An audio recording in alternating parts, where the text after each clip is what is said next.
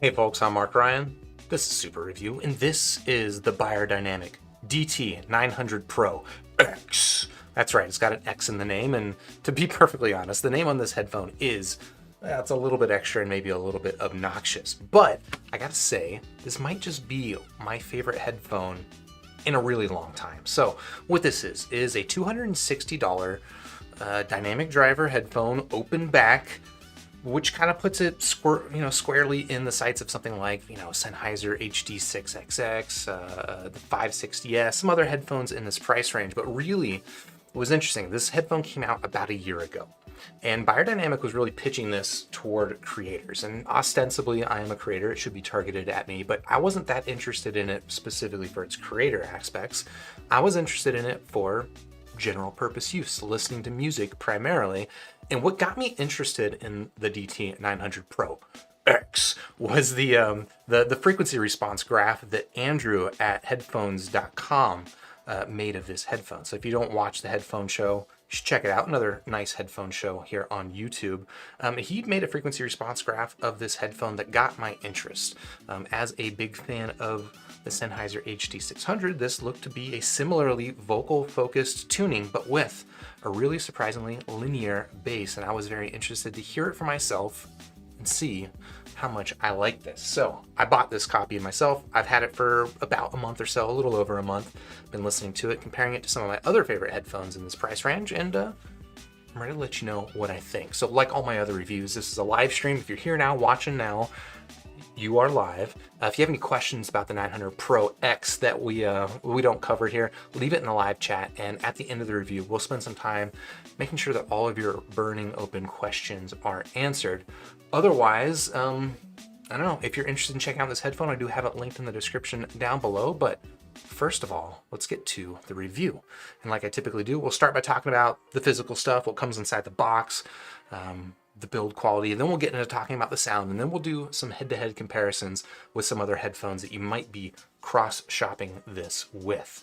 Okay, so here's the box. It's very orange, but otherwise not especially standout. It's a decent little box, and what you get inside of it is pretty simple. You do get this sack, which you could ostensibly use for many different things, but I think it's made for carrying the headphones. It's not especially protective, but I don't know if you can punch in on that. You can see it's kind of like a stretchy, almost neoprene type thing with a drawstring. I don't know. It's pretty minimal, but it's functional, I suppose. And then other than that, you get actually two different cables. I'll pull these both up, but I'll put this one away in a little bit, and that'll lead us into talking about the build quality and stuff on the cables. They are the exact same cable, except that one is longer. So this cable is about 6 foot long. This cable is about 10 foot long. And 10 foot is way too long for my uses, so I personally did not use it. And I'll be honest, even the 6 foot cable is a little bit longer than I usually prefer. I generally prefer a standard 4 foot cable because I'm kind of a portable IEM guy. But at least what this thing has going for it is that the DT900 Pro X is using a pretty standard 3-pin mini XLR connector, so you can get replacement cables for this, no problem. I'll be honest though, I did live with this 6 foot cable and I didn't mind it, so there is that. Now, actually, I can talk a little bit about the quality of the cable, apart from just the length of it. And to be honest, it's not an especially, I don't know. I feel like I shouldn't be as enthused about this cable as I am because it's pretty basic. It's just a simple silicone sleeve. You can see it's maybe a little bit on the stiff side, but given how bad some cables are that come with headphones, look at how straight that lies. And just generally well behaved it is. So while it is a very simple and kind of unremarkable cable in a lot of ways, it is also, nevertheless, quite satisfying, and I'm actually pretty happy with this cable. This is not a cable I plan on replacing, which frankly with most headphones I buy, I do end up replacing the cable because I'm not a big fan of them. The other thing worth calling out real quick is that this does have, you see your standard 6.3 millimeter connector on it, but it is a screw off type adapter. And then underneath of that, you've got your 3.5 millimeter connector. And they've got this same mechanism on both the short and the long cables that come inside the box of this headphone. But otherwise, let's talk about the headphone itself and talk about the build quality. Well, maybe first I'll just kind of start by talking about the aesthetics of this. I think the DT900 Pro X is actually a really handsome headphone. I think it's more handsome than Beyerdynamics usually are, at least in my opinion. It's, a pretty simple design, but I like the contrast of the gray pads with the all black aesthetic, the all black build out here. Typically what I don't like about Beyerdynamics is kind of like the ruffling that they have around their pads. I thought it was, I never really thought too much about it, but whenever I saw a Beyerdynamic headphone, I thought it looked a little bit messy. And then I saw this one, and it's so tight and clean, and I was like, I thought it was the gray pads that I didn't like, but it really wasn't just the gray pads, it was specifically the ruffling. All right, we're nitpicking aesthetic, sure, but I really dig the look here on the Pro X, and this is also the same look that they've got on the new DT 700, so generally a big fan of the direction they're going. In terms of materials and build quality and stuff like that, look, this is an all plastic build, essentially. This yoke right here and leading into the headband, this is metal, so that is quite well made. But here, the shell is just entirely, the ear cup is entirely plastic. The outer here on the headband is entirely plastic, and it does have some padding and stuff in here. And of course the pads are not plastic, but it is certainly a lot of plastic.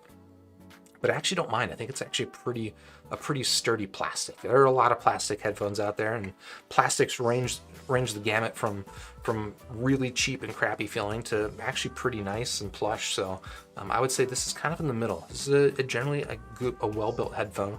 I think at $260 or $300, which is its original price, it's definitely built well enough that I have really no complaints about the material. It also has a lot of replaceable parts. So of course the cable is replaceable, and as I understand it, I'm not a big Beyerdynamic aficionado from the past, but I think that having replaceable cables is somewhat of a new thing for the brand. But of course the ear pads are also replaceable as well. The headband padding right here is replaceable. I've never actually done it, but there is like this little pull tab right here that lets you pull this thing off and ostensibly replace the headband pad because pads over time will wear and soften, and that's to be expected. As long as you can replace it, not a problem. So yeah, generally pretty happy with the aesthetic and the build quality. The only maybe small quibble I will make with the build quality is that, and this is a thing, I think it's because these pads are like this velour, where the velour meets with the plastic cups, there is a little bit of creaking, and I don't think that my microphone is going to pick it up, but I'm trying anyway. Yeah, you're probably not hearing anything, but there's a little bit of like a weird like creaking, squealing type sound. And it's just because of the way that those materials rub against each other. I don't know. It's a pretty small quibble. I don't think you will be bothered by it. I really was not. But apart from that, let's just talk about the comfort on this headphone as I throw it on my dome and punch in on my head so you can see what the DT900 Pro X looks like on a guy's head. Generally, actually really happy with the comfort on this thing. So it is a completely circular headphone. It doesn't have like the oval shape of some other ear cups, but generally I find that it has actually plenty of room for my ears. We'll punch in here so you can take a look at this thing. Yeah, I generally have plenty of room for my ears inside of it, and you can see that the depth on it is actually pretty good, such that I don't really have any issue with my ear touching the driver or anything like that. And then in terms of what it's like on the head, actually I really like it. I don't have any issues with headband pressure point, which is commonly an issue that I have, especially with pads like this. I'm not sure what it is. I'm just trying to think of like the Bose NC700 was a headphone with a similar pad that always created a pressure point on my head. I don't have that issue here at all with the DT900 Pro X. So that's good. It does have a little bit of a clamp to it, but I don't know. I'm used to the Sennheiser HD600, so compared to that, this is less clampy than that, but it is a little bit clampy. So if you're, especially sensitive to that, maybe something to keep in mind. Just to kind of speak to that, you can see that the headphone essentially closes itself all the way when at rest, just to give you a sense. But yeah, again, it's generally really pretty flexible, you can see, and there's not a ton of swivel on this, but I don't know. I really had no issue with this thing adhering to my head, and it's lightweight enough that I wear this thing for hours. I'll usually wear this during the workday, and been pretty satisfied with the build quality and the comfort.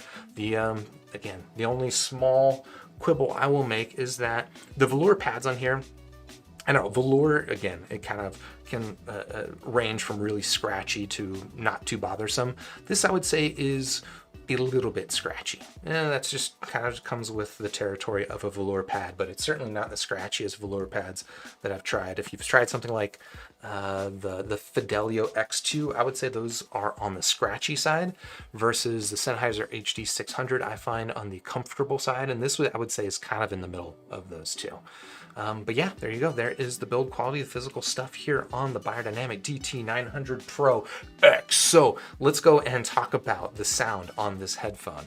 And I mentioned up front, like what really attracted me to this headphone in the first place was the frequency response and the tuning of it, which is, as you might expect of a headphone that is aiming to, satisfy creators. It's a neutral tuned headphone, right? This is tuned to be kind of a monitor type headphone. I think you basically just call it pure neutral. It is maybe a little bit bright and sort of like the mid treble region. But apart from that, it really is just nice, clean mid-range, and it's not an especially lean mid-range. It is a neutral mid-range. What's pretty notable about the tuning on this headphone, though, and really what caught my eye, was how linear the bass response is, okay? This is an open back headphone, and most open back headphones, the bass frequency response is just going to start rolling off pretty naturally after about 80 hertz. I don't usually even mind that, but seeing the frequency response on this thing, which does not roll off after 80 hertz, seeing it nice and perfectly linear was actually pretty impressive. So while I would definitely not say that this is a bassy headphone, really do not get this headphone if you're looking for a bassy set. If you're looking for a neutral set that has good bass extension, this is actually a rarity at the price range for an open back headphone. So pretty impressive there. Okay, well, let's talk about what is it that I like about this headphone. And I mean, I already just kind of gushed over the frequency response, so that's the big thing here, right? Excellent tonal balance, in my opinion. You have really good mid-range focus. You get a full sense of mid-range. Again, I said it's not like a thin mid-range, which we'll make some comparisons to some other headphones that do a thinner version of a mid-range. But you get a nice sense of full mid-range with that really good bass extension and zero bass bloat, okay? That's what I like. That tonal balance, there's also, I mentioned, a little bit of emphasis in sort of that lower treble region. And what that does is it kind of makes this headphone, to me, it seems like a microscope for vocals, okay? Which just means if you're listening to vocal content that has a lot of texture and like micro detail in the vocals. Like some examples for me are things like Ghostly Kisses, Cigarettes After Sex. They just have like this really a sensitive microphone that was used for recording the vocal content, and this right here, it acts as kind of like a microscope for that vocal content. Again, I think that's probably a good thing if you are monitoring content. You are trying to, make sure that your S's and your pops and stuff in your recordings aren't too hot or anything like that. This is going to really reveal all of that content there in vocals. But for me, as a music listener, that's actually a thing that, frankly, I pretty much appreciate. It will reveal every fault in your recording, though, which, if you're listening to certain music, and there's a lot of music out there that's not recorded that well, that might be a bad thing. But as long as you're seeking out really good sounding music, I think you will appreciate the microscopic quality of this headphone. And then again, the bass, I mentioned, it is a very, very linear bass. Again, it's not a bassy set. I would not go into this headphone expecting a ton of bass, but the bass that's here, it extends well into the sub bass frequencies. Like I was testing it on a sine sweep, and it wasn't till about 30 hertz where, to my ear, it started to roll off. And again, that's very, very unique for an open back headphone at this price range. I will say that it's not so obvious, that sub bass thing, and this is a thing I've said before, where just a lot of music doesn't have a ton of content in those sub bass frequencies. But if you are listening to music that has content there, a lot of electronic music is kind of an easy example where there is elevated sub bass frequencies pretty frequently. But even in music that maybe just has like acoustic guitars and stuff like that, with that added sub bass extension is just going to give you a stronger sense of depth to the music. At least that's what I find. And then again, what I also really like about the sound here is just really sharp, defined transients, okay? So we're talking about sort of the leading edge on, you know, a guitar strum or a drum strike or whatever the instrument is. They have a really, really nice sense of the definition of the leading edge of those tones.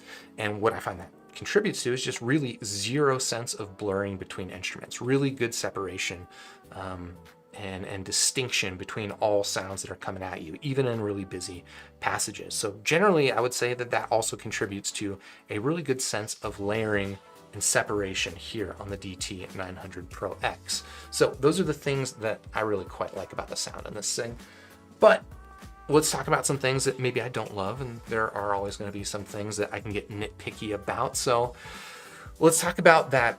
I was just talking about that imaging quality, right? Which I think is quite good here, but it does have somewhat of a claustrophobic center image. This is really, I think, apparent with vocal content. Again, I was just talking about how much this is revealing of vocal content, but it does have kind of like, I don't know, it almost gives me this sense that the vocals are really quite on top of me. And if you are not a fan of vocals to the extent that I am, you might find that uncomfortable or unpleasant or whatever. It's not like an especially wide presenting headphone. And a lot of that comes from that really forward and in your face presentation of the vocals.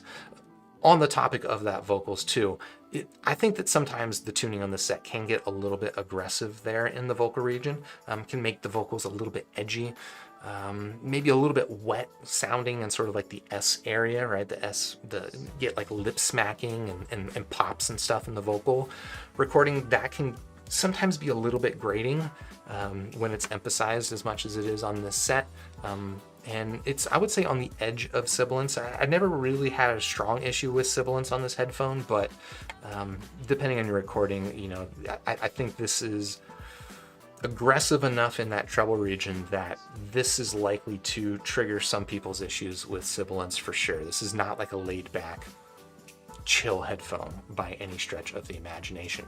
And I would also say that added sort of lens, that added focus on that lower treble region does add maybe a bit of the sense that it was coming to mind. What I wrote down was like digital grit. It gives it a bit of a digital, somewhat artificial feeling there in the vocals. Again, generally I quite like what it's doing there in the vocals, but if I'm nitpicking it, it's not quite as smooth and laid back as some of my favorite headphones.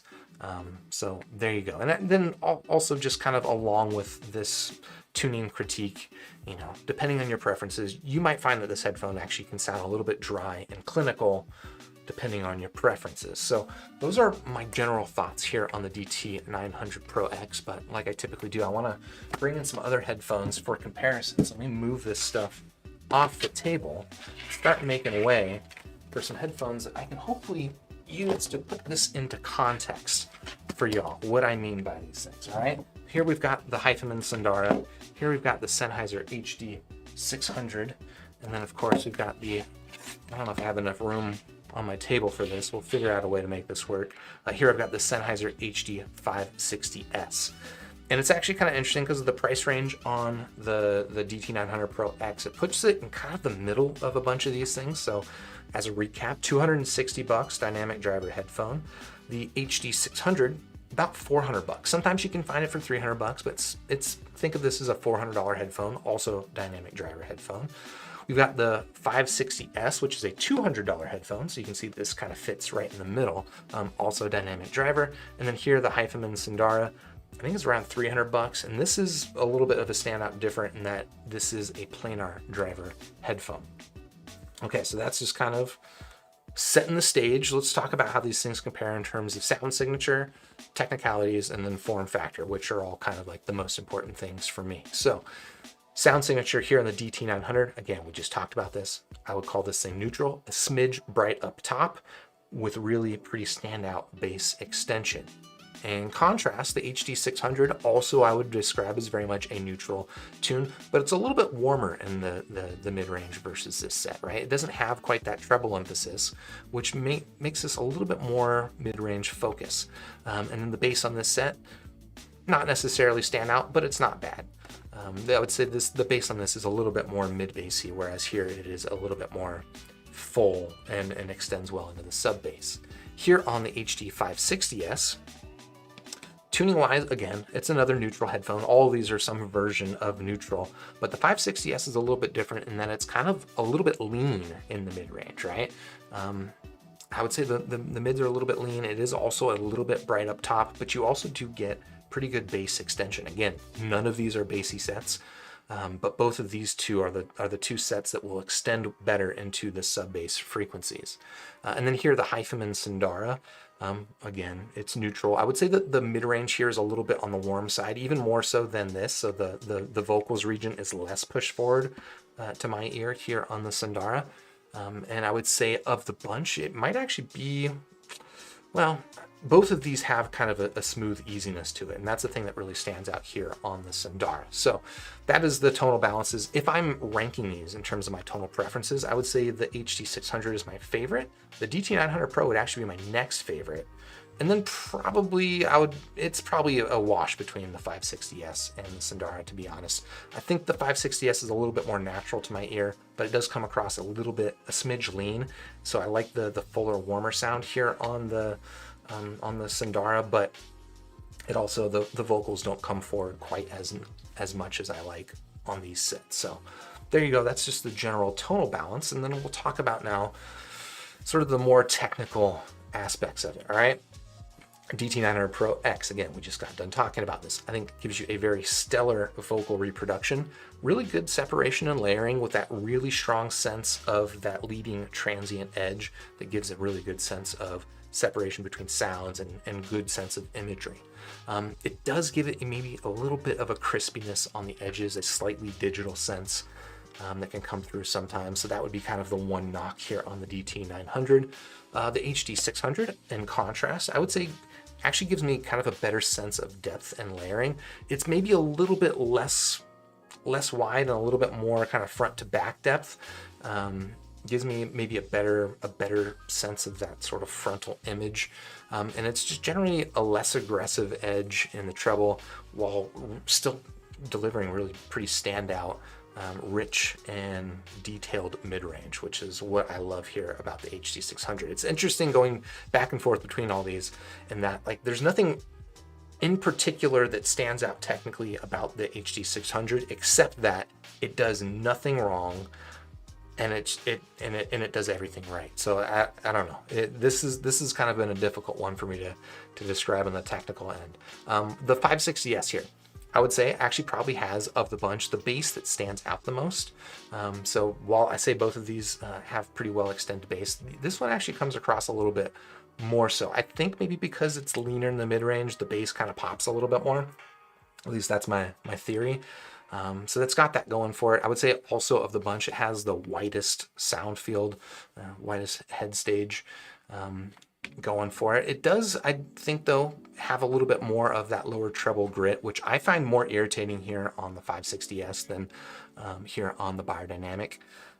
It just, again, it's kind of similar to the sense of digitalness here on the Sennheiser 560S, but it's actually more so that it just, wherever the lower treble emphasis is on this set, just, I don't know if it's my ear in particular or the music I listen to or what, but it comes across more irritating. Less where this can come across as more revealing, and again, adding to that transient edge here, I just kind of find it stands out in a bad way that I find a little bit detracting. And then I would also say that the resolution on the mid-range here on the 560S is not bad, but of the bunch would be kind of the weakest. And then finally here on the Hyphaman Sundara, I gotta be honest, like that, I don't know if it's my unit or what. I've never really been impressed with the technical performance on this headphone.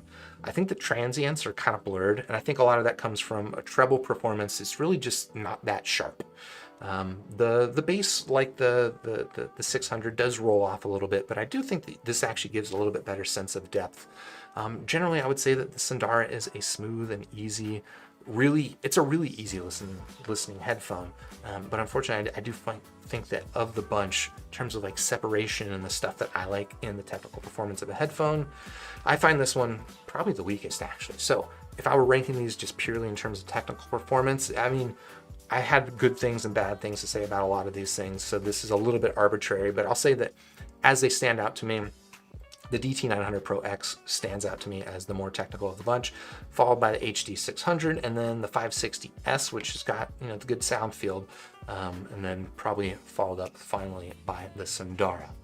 And then finally, we'll talk about form factor, build stuff, and for that, I will move them out of the way so I can actually show them off a little bit. All right, DT900 Pro X, simple, sturdy design. It's got probably the smallest ear cups of the bunch, which means maybe a little bit less room for the ear, but I don't know, I never really had any issues with it. And generally, I think this thing looks good. I love the build quality on this set. I can wear it all day. Really no complaints about the DT900 Pro X. The Sennheiser HD600. Let's punch on that just so you can enjoy that marbling. This is, I don't know, just about a perfectly built headphone in my opinion. It is basically all plastic like the DT900, but the plastic quality in this is just, I don't know, it's nice. It does have, of course, a metal band, but what I like about this headphone is just how snug it fits in my head. Maybe I'll give you a quick demonstration of this thing. Like, it just, I feel like I look like Leia from Star Wars. I don't know. That's a good thing. Don't worry about it. But yeah, generally pretty into the build on this thing. I also love the aesthetic, although you can't get it in this marbling anymore. So that sucks for you, but I've got it. And then the ear cups are, you know, reasonably large top to bottom, and maybe not quite so large side to side, but I don't know, to be honest, I have zero issues with the comfort on this headphone. This is another headphone I can wear all day. The clamp pressure on this series of headphones is pretty notorious though, so as a warning, it might be a little clampy out of the box, but it does break in quite nicely. Really, really love this headphone. Okay, Sennheiser HD 560S, also an all plastic build. And here, this is where, you know, plastic build doesn't mean one thing. I would say this one feels decidedly cheaper than the others, but still pretty well built headphone, if I'm perfectly honest. I think it's quite attractive as well. I really like the all black look. The only real complaint about the quality on this thing that I have is that, let's see if I can show this. And I talked about this in my review initially. Inside of the ear cup, there is this little bump. Can you see that little bump?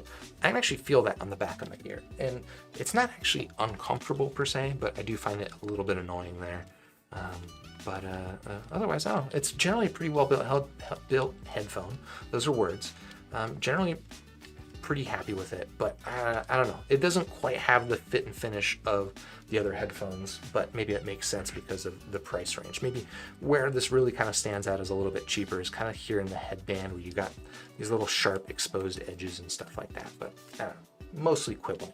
So there's that. And then finally, we've got the Hyphen Sundara, which is, of the bunch, the only that is essentially an all metal build. You've got metal here around the ear cups, you've got metal yokes here, metal headband. This little bit is plastic, but I don't know. Generally all metal, which sounds like it should be a really well built headphone, but in my opinion, this actually feels the most fragile of the bunch, and part of that comes from, well, let's see.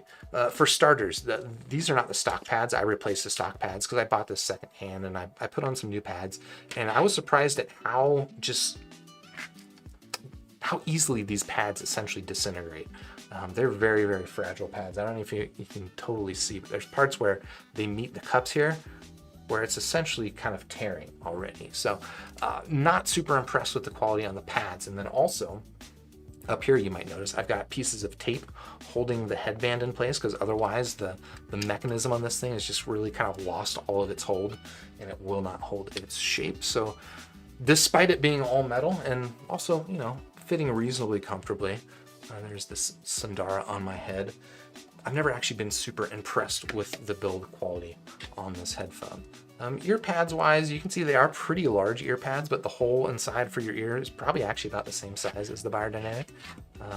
Again, no issues with the size of that. It's actually maybe a little bit smaller, interesting.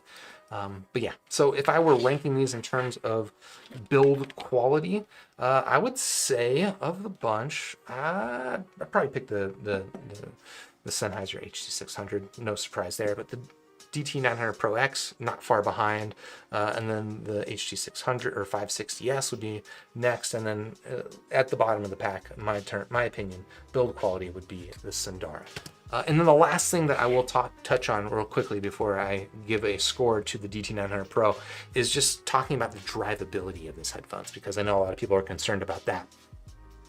The DT900 Pro X is the easiest to drive of the bunch. You could run this off of pretty much any source. Like on my MacBook Air, 50% volume was way too loud for me. So just to give you a sense. The next easiest to drive would be the 560S. The next easiest from there would be the Sundara, and the HD 600 is by far the most difficult to drive of the bunch.